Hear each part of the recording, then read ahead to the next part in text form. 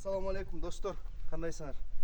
Мен силерге өткөндө билесиңерби, өткөндө мурункуда арларды жылуулап жатам деп чыгаргам да, жазгам да, муну жапкам билесиңерби, муну тартсаң жаккараак.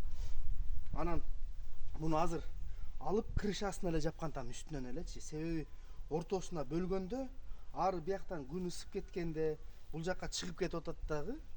Анан кайра кечинде суук болгондо бияка өтө албай калып, бул жакта тоң өлүп калып атат да.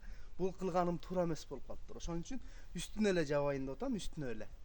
Мына рамкаларды өзү жыйнап коюшум керек эле. Мен өткөндө мурункуда да айткам, менде андай ыңгайлуу помещение жок. Ошон үчүн аркасына тизип койгом да.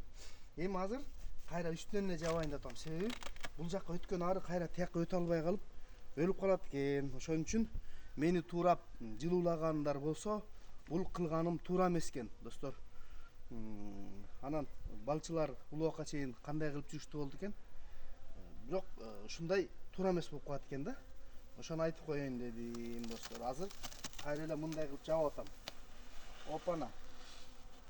Атыр себинип алгам, арын нерв болуп атат. Ары атырдын жытын жаман көрөт. Мен сөйрүңдөп атыр себинип алып бир жака кетем депчи. Өлө жинленип атат, көрдүңөрбү? Ошондой достор, азыр муну кайра эле жаппасам болбойт экен. Көптөгөнү сыртына тоңуп калды да, көп арлар.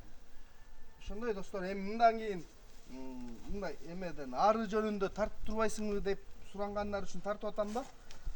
Эми бат-баттан тартып турам, Кудай буйруса жаз келгенде дагы эмне иш кылып атканымды тартып турам силерге. Понятно? Расыңарбы? Ушинтип азыр кайра иштеп чыгып атам.